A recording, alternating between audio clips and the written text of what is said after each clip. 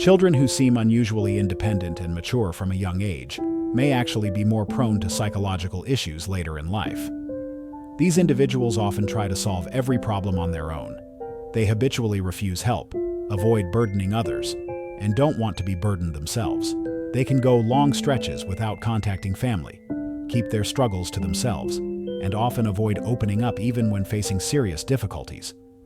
They tend to keep their distance emotionally, even from loved ones, and often appear cold or indifferent. But beneath this exterior isn't true independence. It's disappointment. Psychologists refer to this as disappointment-based emotional isolation, which often stems from emotional neglect during childhood. For example, when a child seeks comfort during a difficult time, but is met with blame or indifference instead, they learn that expressing vulnerability is unsafe or pointless. Imagine a child falling down, only to hear, "Why are you always so careless?" Over time, the child internalizes the belief, "If I don't expect anything from others, I won't be let down."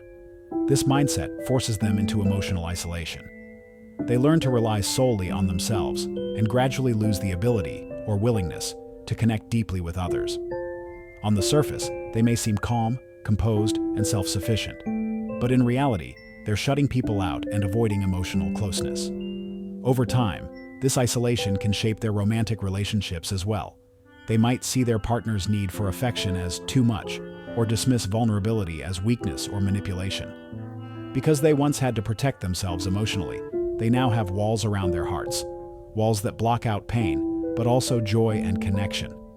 If you recognize this pattern in yourself, know that it's possible to change. First, acknowledge your own need for connection, and allow yourself to seek it from people who are emotionally safe and available. Maybe in the past you had no one you could depend on, but things are different now. You've grown. You no longer need to chase love from those who won't give it freely.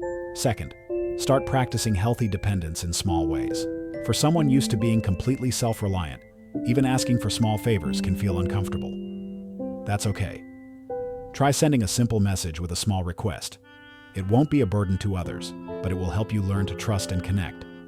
Each small experience of healthy connection will build your confidence. Little by little, you'll learn to relax and enjoy the give and take of relationships, not as a weakness, but as a strength.